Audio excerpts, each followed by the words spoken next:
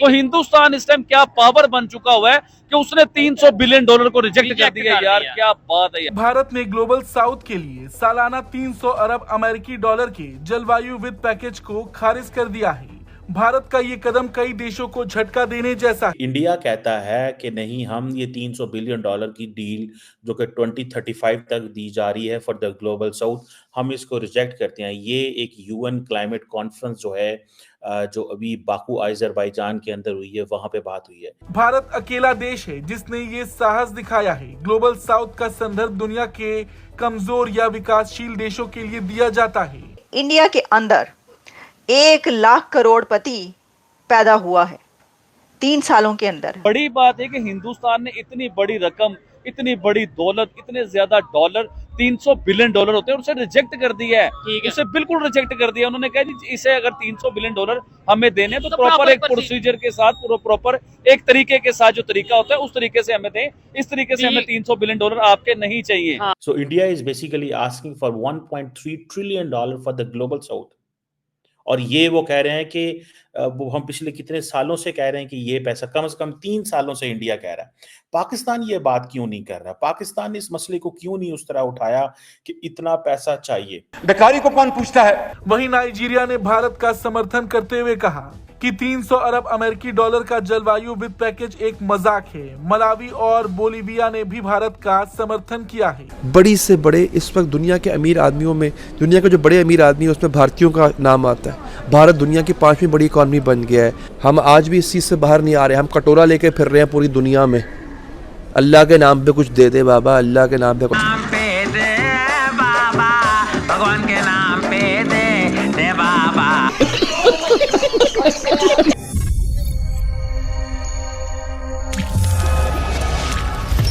नमस्कार, जय हिंद दोस्तों भारत ने ग्लोबल साउथ के लिए 300 अरब अमेरिकी डॉलर मुहैया कराने के वित्त समझौते को खारिज कर दिया है। भारत ने सालाना कुल 300 अरब डॉलर मुहैया कराने का लक्ष्य 2035 तक हासिल करने के जलवायु वित्त पैकेज को रविवार को यहाँ संयुक्त राष्ट्र जलवायु सम्मेलन में खारिज कर दिया है और इसे बहुत कम एवं बहुत दूर की कौड़ी बताया है। वित्तीय मदद का 300 अरब अमेरिकी डॉलर का आंकड़ा उस 1.3 लाख करोड़ अमेरिकी डॉलर से बहुत कम है जिसकी मांग ग्लोबल साउथ देश जलवायु परिवर्तन से निपटने के लिए पिछले 3 साल से कर रहे हैं। ग्लोबल साउथ का संदर्भ दुनिया के कमजोर या विकासशील देशों के लिए दिया जाता है। आर्थिक मामलों के विभाग की सलाहकार चांदनी रैना ने भारत की ओर से बयान देते हुए कहा कि उन्हें समझौते को अपनाने से पहले अपनी बात नहीं रखने दी गई, जिसकी प्रक्रिया में उनका विश्वास कम हो गया है, जिसको देख आज पाकिस्तानी भी भारत की पावर का लोहा मान रहे हैं। तो चलिए दोस्तों इसी पर आगे पाकिस्तानी मीडिया का रिएक्शन देखते हैं। 300 बिलियन डॉलर होते हैं। एक दफा इसे सोचा जाए 300 बिलियन डॉलर। चले आपको 300 बिलियन डॉलर के बारे में बताता हूँ। पाकिस्तान IMF से 3 बिलियन डॉलर या 5 बिलियन डॉलर के लिए नाक रगड़ता है अपनी, इवन के उनकी शर्तें भी मानता है। जो सर ये शर्तें नहीं है तो और क्या है? बिजली का रेट कैसे निकलेगा? IMF कहेगा तो बिजली का रेट निकलेगा। गैस का रेट कैसे निकलेगा? IMF से निकलेगा। ईच एंड एवरीथिंग पाकिस्तान की कोई भी चीज है IMF के रेट से निकलेगी। आपका मोटरवे गिरवी रखवा देता है IMF, हमारे PIA को गिरवी रखवा देता है IMF। यानी कि IMF हमारा दादा परदादा हर चीज IMF बन चुका हुआ है और उससे हम 4-5 बिलियन डॉलर लेने के लिए नाक रगड़ते हैं, उसकी शर्तें मानते हैं। ईच एंड एवरीथिंग जो भी वो कहते हैं हमें मानना पड़ता है, चाहे वो हमारे हक में बेहतर हो चाहे हमारे हक में नुकसान हो। तो हिंदुस्तान इस टाइम क्या पावर बन चुका हुआ है कि उसने 300 बिलियन डॉलर को रिजेक्ट कर दिया। यार क्या बात है यार, ठीक हो गया। So India is basically asking for 1.3 trillion dollar for the global south. और ये वो कह रहे हैं कि वो हम पिछले कितने सालों से कह रहे हैं कि ये पैसा, कम से कम 3 सालों से इंडिया कह रहा है। पाकिस्तान ये बात क्यों नहीं कर रहा? पाकिस्तान ने इस मसले को क्यों नहीं उस तरह उठाया कि इतना पैसा चाहिए? इंडिया की जो गवर्नमेंट है वो over the period of time, आपको पता है कि ग्लोबल साउथ के हवाले से वो अपनी एक मोनोपोली, हेजमनी, इन्फ्लुएंस अपने आप को प्रोजेक्ट करते हैं कि ग्लोबल साउथ जो है वो हमारे लिए बड़ा ज़रूरी है। लेकिन इसमें इंटरनेशनल कम्युनिटी जो है वो ये कहती है कि ये 1.3 ट्रिलियन डॉलर जो है it's a lot of money. अगर इंडिया कहता है कि 1.3 ट्रिलियन यानी कि इंडिया 1000 अरब डॉलर की बात कर रहा है मजीद, और वो भी 2035 तक जो है वेस्टर्न वर्ल्ड कह रही है। इंडिया कह रहे नहीं, 1.3 ट्रिलियन डॉलर 2030 तक चाहिए। अच्छा, पाकिस्तान अकेला इससे बहुत ज्यादा मुतासर हो रहा है।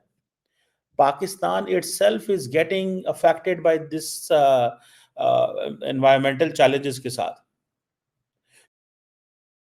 लेकिन इंडिया ने इस पे ज्यादा खुल खला के बात की है, और मेरा ख्याल है कि यही वजह है कि that gives India a sort of, यही तो चीज करने की जरूरत थी इंडिया यही तो चीज करके बेसिकली अपने आप को प्रोजेक्ट कर रहा है एज ए ग्लोबल साउथ के लीडर में।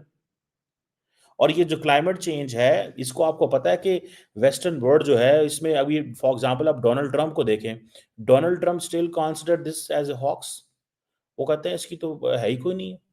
अब ये जो COP29 क्लाइमेट समिट बाकू के अंदर हुई है, इसमें आप देखें कि डिस्कशंस बड़ी देर चलती रही कि कैसे नया नया एक न्यू कलेक्टिव क्वांटिफाइड गोल जो है वो अडॉप्ट किया जाए, global north and global south. ये याद रखें, जो global map, it is been divided by global north and global south. जो नॉर्थ है that is industrially riched, politically stable, economically stable है, ठीक है, डेमोक्रेटिकली जो है वो फाइन है। ग्लोबल साउथ जो है it is underdeveloped, economic challenges हैं, it is dependent on north, इसके मसले बहुत ज्यादा हैं। ये एक बेसिकली इंटरनेशनल रिलेशंस में एक नॉर्थ साउथ की एक थ्योरी भी है, ठीक है जी, कि नॉर्थ साउथ जो थ्योरी है ये भी है कि किस तरह जो नॉर्थ किधर खड़ा हुआ है, रिच कैसे है, और साउथ जो है वो सारी की सारी जो रॉ मटेरियल है वो साउथ में है, प्रोडक्शन नॉर्थ में होती है। जो साउथ है उसके पास फैक्ट्रियां नहीं है, साउथ के पास एनर्जी नहीं है, साउथ से रॉ मटेरियल जाता है नॉर्थ में, नॉर्थ उसको बनाता है, साउथ को कुछ नहीं मिलता, नॉर्थ को ही सब कुछ मिलता है। और नॉर्थ की जो कार्बन एमिशंस हैं वो उसके लिए रिस्पॉन्सिबल है, जो ग्रीन हाउस गैस एमिशंस हैं उसके लिए नॉर्थ रिस्पॉन्सिबल है। लेकिन नॉर्थ मानते नहीं, नॉर्थ अभी तक इसमें, नॉर्थ से मुराद ये है कि ये यूरोप एंड अमेरिका की बात हो रही है, ठीक है, ये वो ममालिक हैं जो नॉर्थ है। ये जो एक फाइनेंशियल फ्रेमवर्क चाहिए उसके हवाले से अभी तक कोई बात नहीं हो पा रही। और साउथ जो है वो डिपेंडेंट है, वीक है, कमजोर है। उसमें कार्बन, आप जैसे पाकिस्तान बार बार एक बात करता है जी कि we have contributed less than 1% into the global emissions, greenhouse gas emissions में, but we are facing the consequences of that, glaciers melt हो रहे हैं, बारिशें हो जाती हैं, so on so दुनिया में अब जहां पे भी बारिशें होती हैं, इस तरह की चीजें होती है, पाकिस्तान फटाफट बोल पड़ता है just to tell them that how much we are getting affected, और ये कितना हमें अफेक्ट करती हैं, क्योंकि अब हमें पता है कि अब नेशनल सिक्योरिटी रीजंस की वजह से पाकिस्तान को पैसे नहीं मिल रहे, so that is the only reason कि हम जो है वो पैसे कमा सकते हैं। ये एक जिसे कहते हैं ना है। अब इंडिया जो है वो बेसिकली जो नॉर्थ साउथ की जो डिबेट है ना, इसको वो लीड कर रहा है।